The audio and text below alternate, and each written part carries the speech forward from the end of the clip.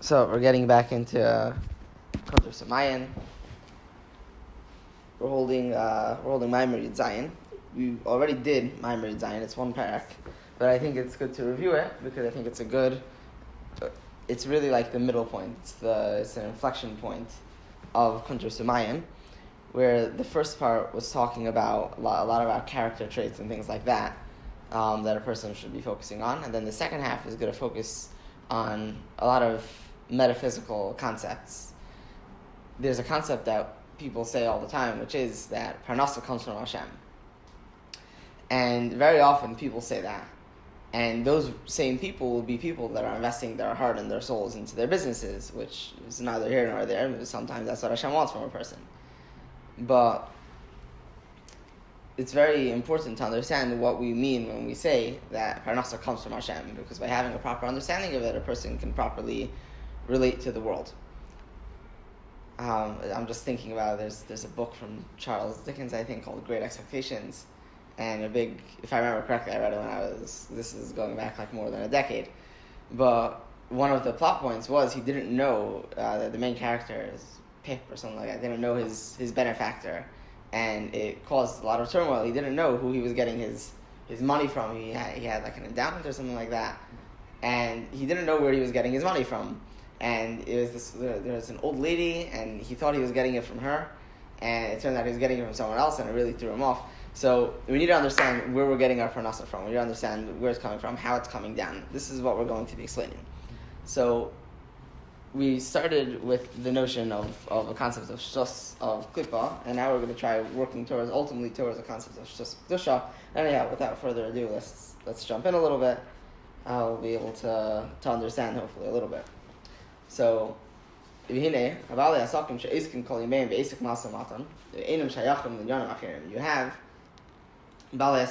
people, businessmen, that they work all of their days in business, and they're not shaykh to other things.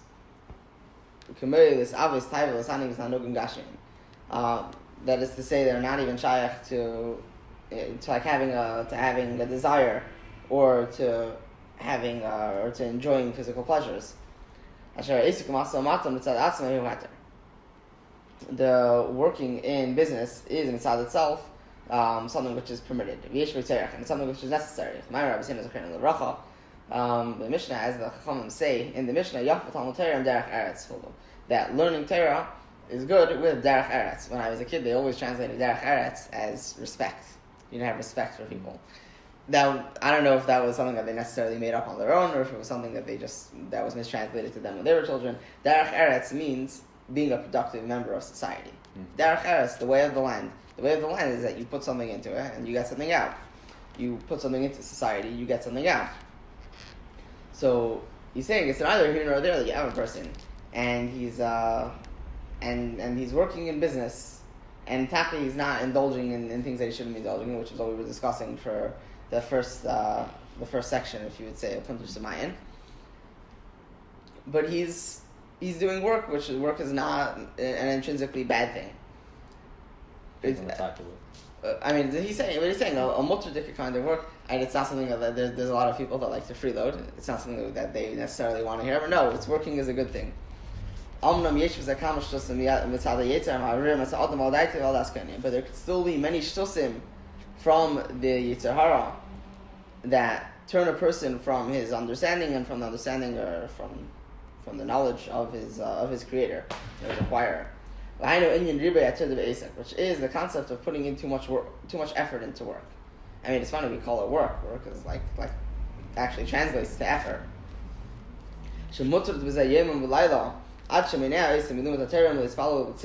That he's working day and night until it stops him from learning Torah, or from davening with a minion, or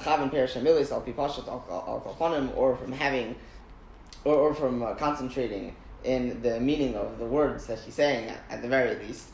Because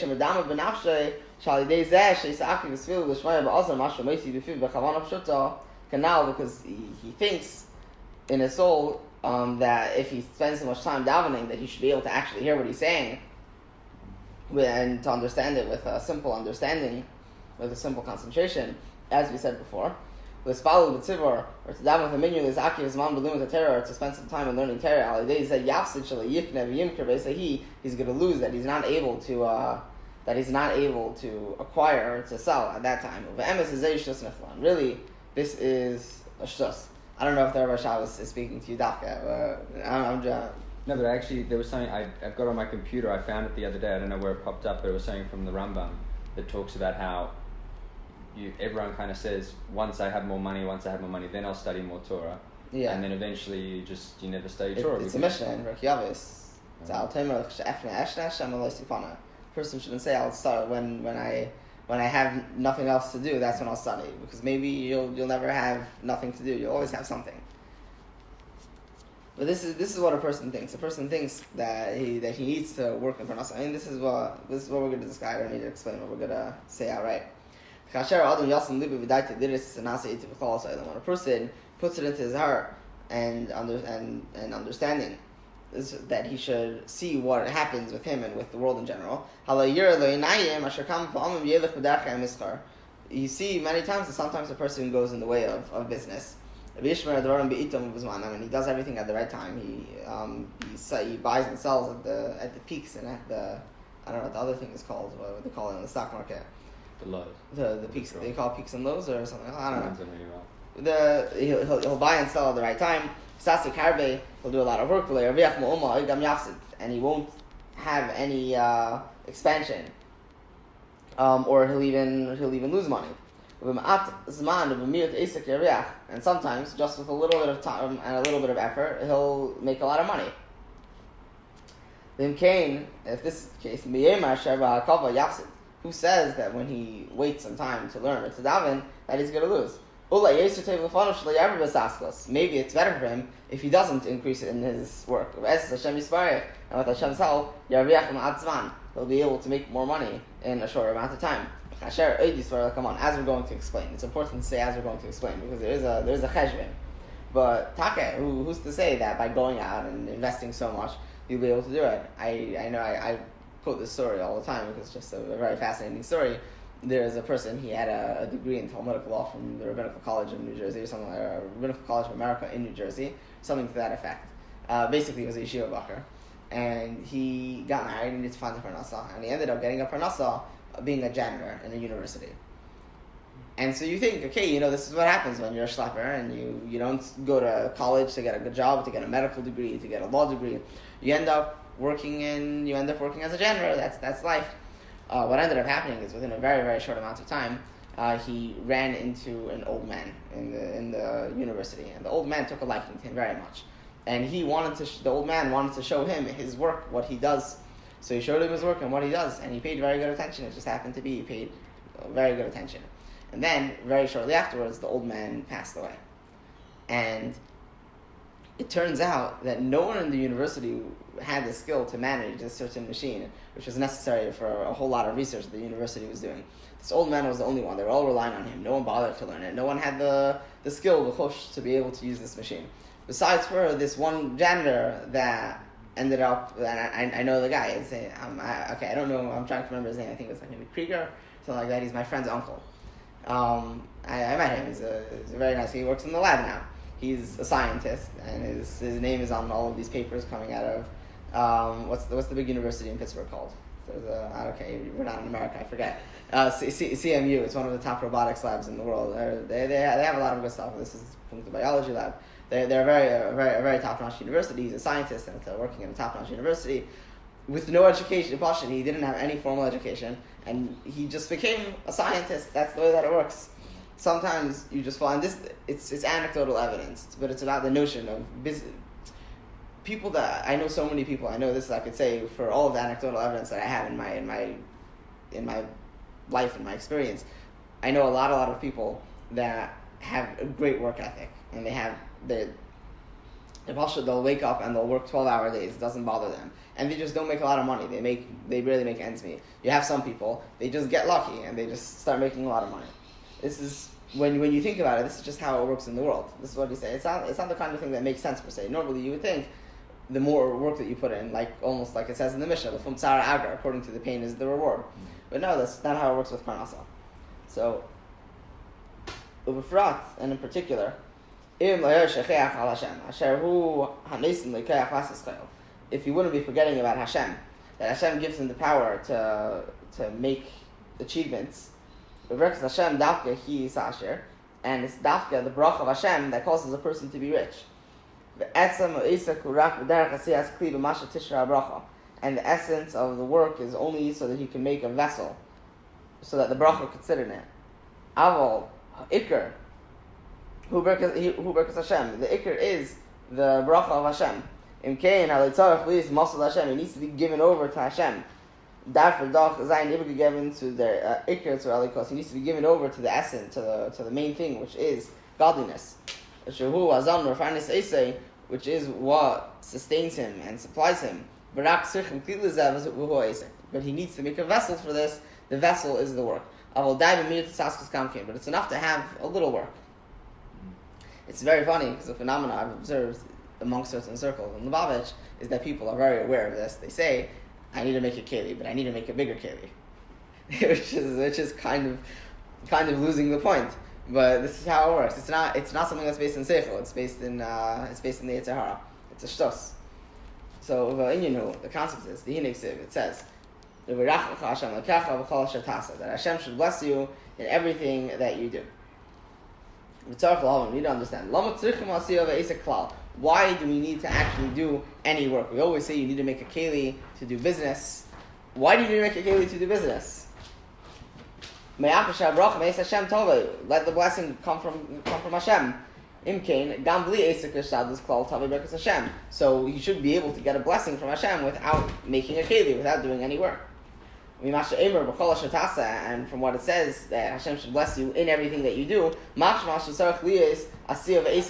that there needs to be work, or there needs to be something done, there needs to be work. And it's further not understood. Based on what the rabbi said, all of the sustenance that a person will get throughout the year is cut out for him from Rosh Hashanah until Yom Kippur. Morning, gentlemen. Morning. Good morning. Yom Kain, if this is the case, what's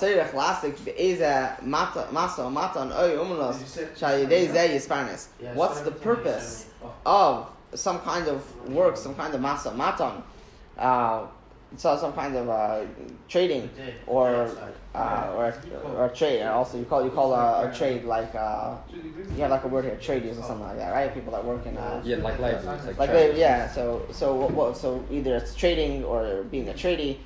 What's the purpose of all of this? So that he should be supplied through that. And certainly what was set for him that he should have as parnasa for the whole year with Hashem's kindness, certainly it'll come to him. Why does a person need to put work and effort into it? We also need to understand what the rabbi said, that a person is judged every day.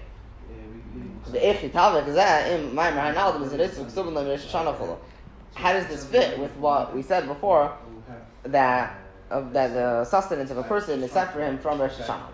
The Vadai Gam Rabbi Yossi, certainly even Rabbi Yossi, who says that a person is judged every day, he agrees that the day of judgment is Rosh Hashanah.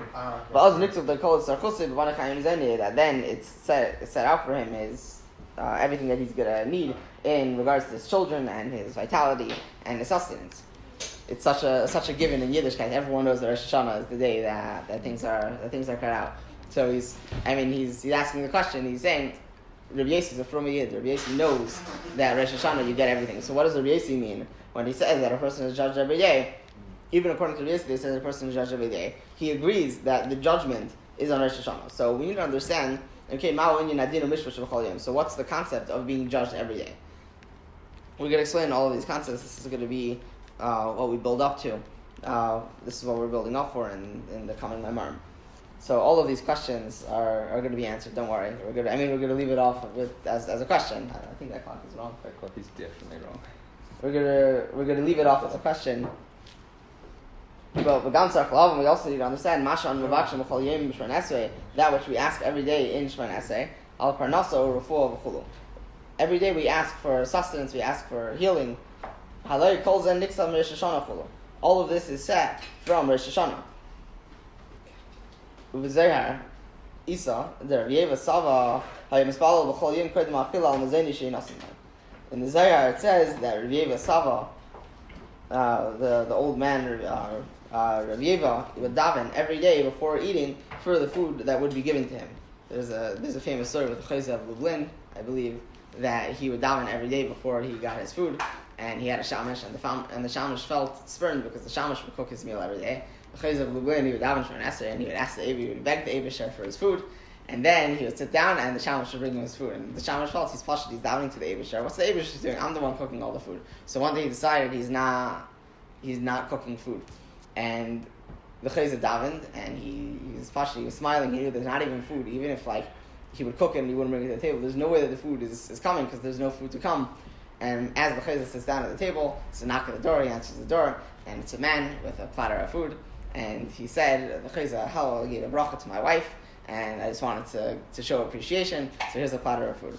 So pashut, every day a person gets. It says that Rav Sava would daven every day for his food. He's pashut invested every day that he should get his food.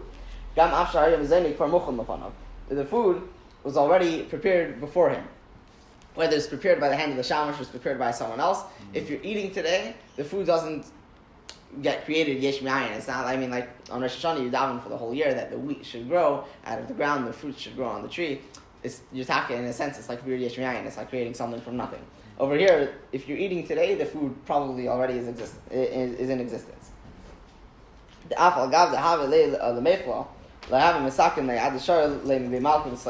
Even though he had food, and he knew that he had food, he knew this is what it was. It does say, there's a Gemara, I'm trying to remember where, I don't remember where exactly, but it says that I believe Rav Chia and Rav Ishia would, on Friday afternoon or Friday night, they would sit down and they would have a chavrosa and Sefer Yetzirah, and they would create a lamb from their learning, and then they would eat the lamb. That's what they would have on Friday night. So, or maybe they would bane, I don't know, I guess. But they would have lamb. So, in some cases, the food is not ready before him. But no, the food was ready before him. But it's not that he was making the food with his davening or something like that. He just it wasn't right for him to eat before davening for the food. So we need to understand, what is this concept of davening? Even if it's ready for you, you need a daven that you should have it. Any questions? Alright. So, Kitzer, Shusay Bali Asakim She'enim Kevim Itzim Torah. You have the shustim of business people that they don't set times for learning Torah. Some of them don't even daven for minyan. They forget the main thing, the Berkas Hashem Yisasher, that the bracha of Hashem is what gives sustenance. It's interesting the way that the Friedrich Rebbe phrases it. He doesn't mention anything about the keli. He doesn't say they forget about the keli. He says they forget about the Berkas Hashem Yitasher. You could say maybe that's like foreshadowing the notion that people know about the keli. They said they need to make a bigger keli. Just a thought. So and the contradiction between the statements that a person's sustenance is set out for him from Rosh Hashanah and the fact that a person is judged each and every day. I